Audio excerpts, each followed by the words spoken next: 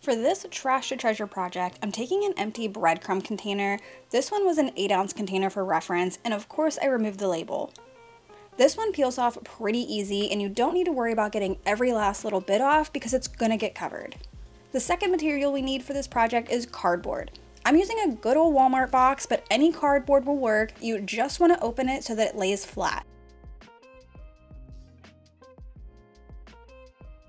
I made sure that my breadcrumb container would fit lengthwise in one of the panels of the box, and it did. So I cut the box down along all of those scored sections using a box cutter.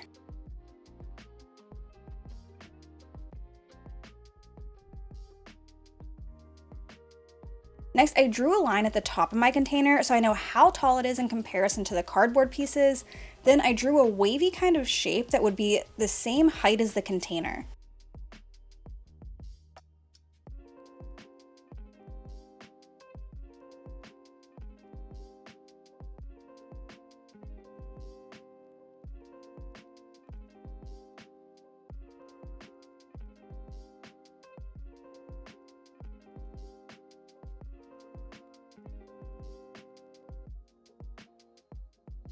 Once I cut out this first wave piece, I thought it had turned out a little bit too wide. I'm going to be making a wavy, fluted type of vase, and I wanted it to be a little bit less wide and round.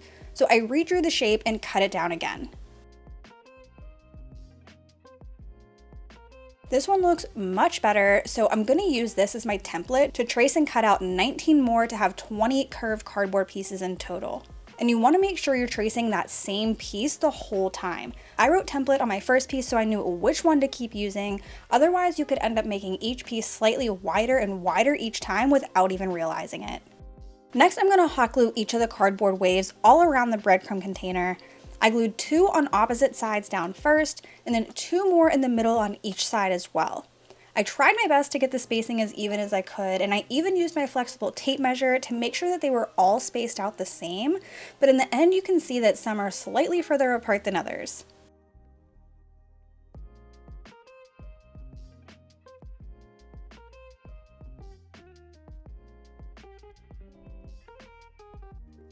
You can see here how it's starting to take its shape now.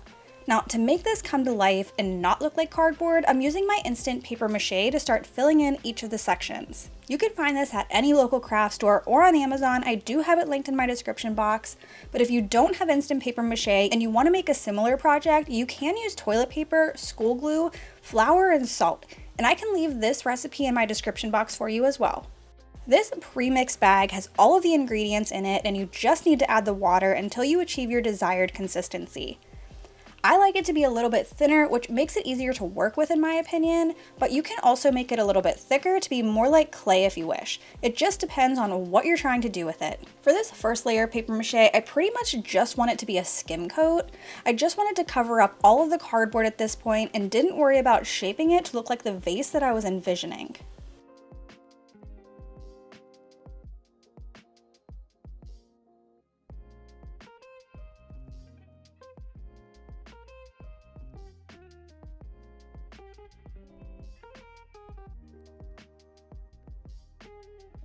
Here's how it's looking after one layer of the paper mache, so I let it dry overnight.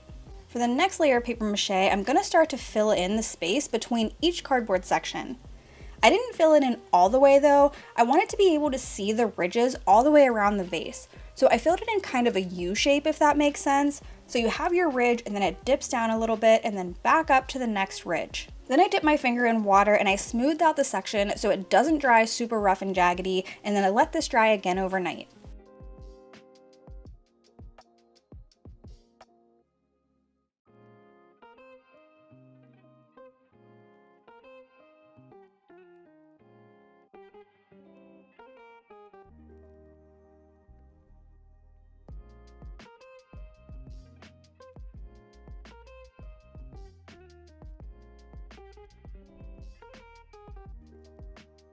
Next, I'm going to paint the whole thing white. Now, I know the paper mache is white already, but you could still see that cardboard in spots, so I want to make sure that it's covered up and the whole thing is one solid color. And these pointed style paintbrushes are perfect for something like this to get into all of the cracks and crevices.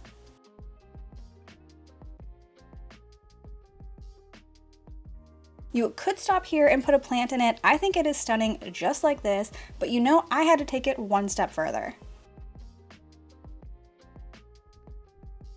So I got out my Rub and Buff in the color Gold Leaf and I applied this to the tip of all the ridges.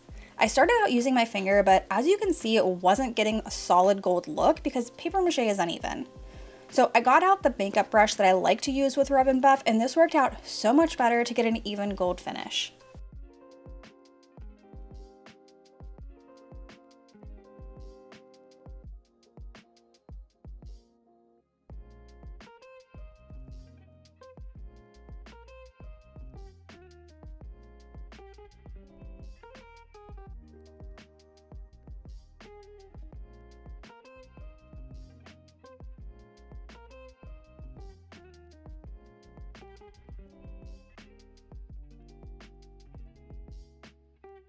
I also added the gold around the breadcrumb rim, and that's it for this project.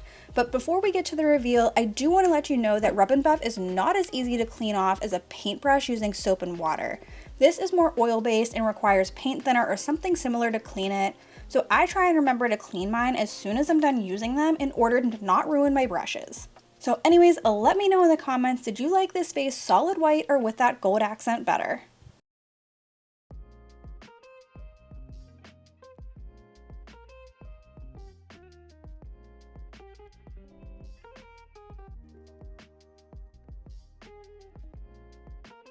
For this project, I'm using 2 empty beer bottles. You can use any bottles that are shaped like this. I chose these ones because of the amber color. Of course, I need to start out by removing those labels. I prefer to use my heat gun to remove labels, but I know a lot of you like to use soapy water. I'm going to do that method in a later project, but I will say that I still prefer this way. These bottles were a little bit more difficult though than usual. Typically the heat releases the glue super easily, but with these ones I had to use my scraper to get the labels completely off. But once I got the labels off, I used my goof off to clean up any of the residue that was still on the bottles. Next, I'm taking some poster board to wrap around the top section of my bottles. I taped it in place using painter's tape, and you want to make sure that that shiny side of the poster board is on the inside against the bottle.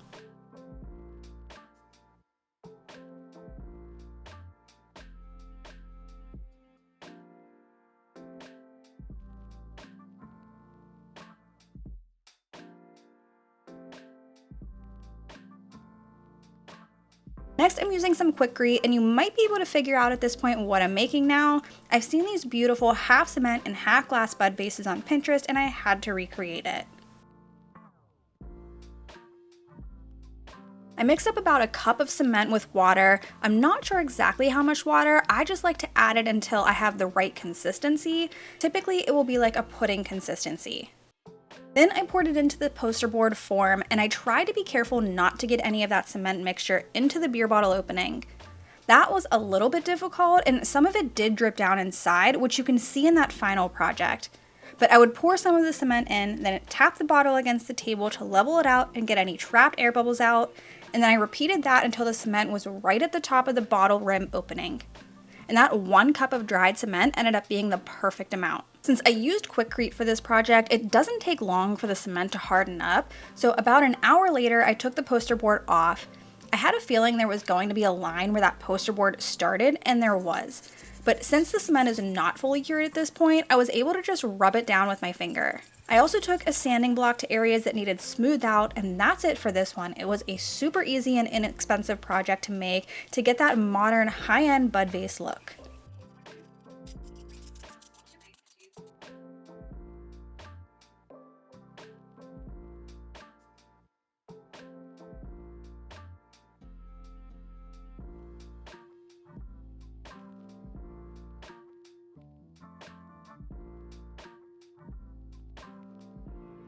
Alright, for this next project, I'm busting out the natural air dry clay. I picked this up from Hobby Lobby months ago, and I've made multiple projects with it at this point, and I still have a ton left to use. So I cut a chunk off and I started rolling it out into a long rectangle.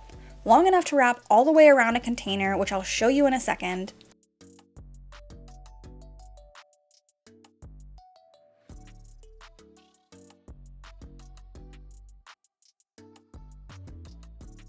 So for the trash item for this one, I'm using an empty monk fruit container and I simply removed the plastic label from it. Then I wrapped the entire outside of the container with the rolled out clay.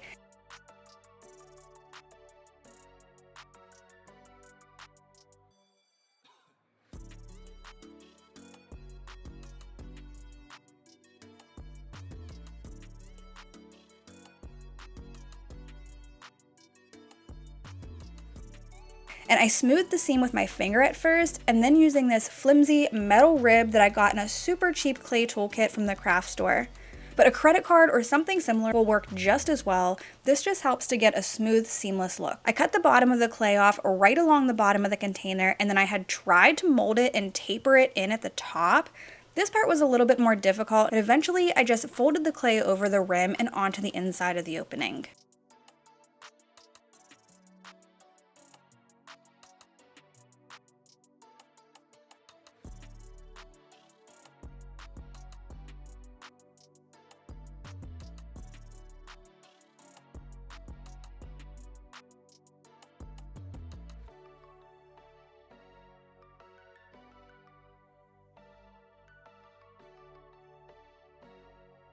Alright, so once I have my clay all molded and looking decent around the container, I'm taking a ball clay tool, and again, you can use anything that's a ball shape to do this, but I'm simply going to press that ball into the clay over and over to create an indented pattern. I tried not to make it symmetrical or uniform.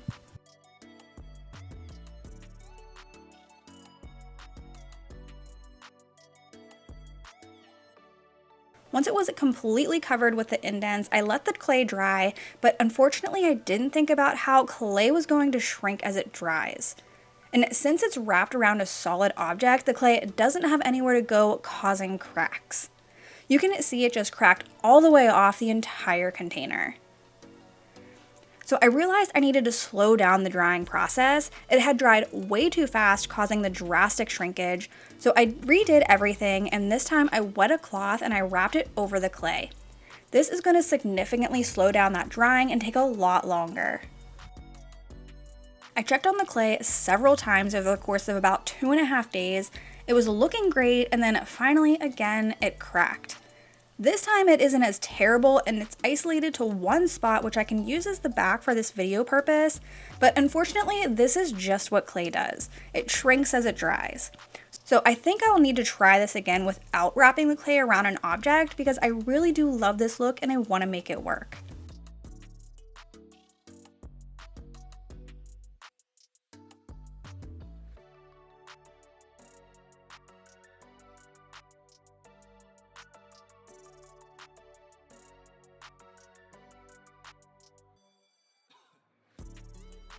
This project is probably my least favorite trash to treasure decor piece that I've done, but of course you know I'm always going to share the projects that I love as well as the projects that didn't turn out so great. I'm taking a combination of empty spice jars, cans, and random container lids, as well as this wood circle piece from Michaels. I receive a lot of comments saying to remove labels using warm soapy water, so today I'm doing that on camera. Usually I prefer to use my heat gun to remove labels, and sometimes those labels want to be stubborn. So I dunked my spice jars into the water and I let them soak for several minutes.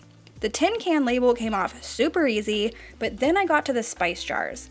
I thought they were starting to rub off, but it was really only a few of the corners that were dissolving, so I let them soak for a while longer. Probably 30 minutes later or so, I came back to them and I took a stiff brush to try and rub the labels off. This also took a little bit of time to do and a lot of elbow grease. Eventually I got the labels off, but the sticky residue was still completely intact. Now I have these sticky, tacky bottles and I need to use my Goo Gone to remove the rest. So I don't know you guys, this method really isn't for me, but I did give it a shot. I'm going to stack the various containers to look like pillar candle holders, and I don't want them to get too top heavy once the candles are placed on top. So I added rocks inside of some of the spice jars for weight. Then I'm using my Starbond super glue to attach the containers together, and this spray accelerator helps to instantly dry the glue so you can keep on working.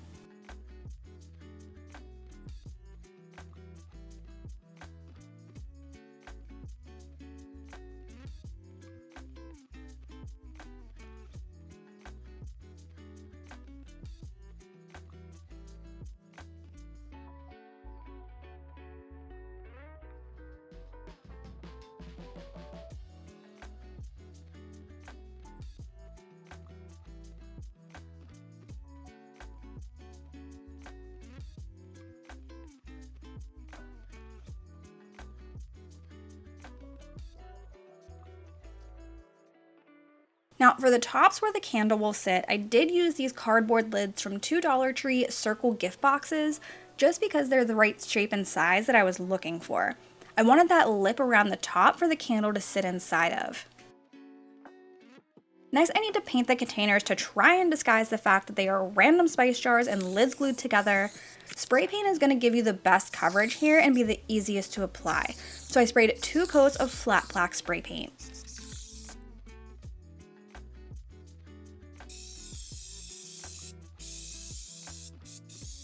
Once the flat black dried, I'm taking this texture black. I thought this would also help disguise the true materials and add some dimension, but this really didn't do much.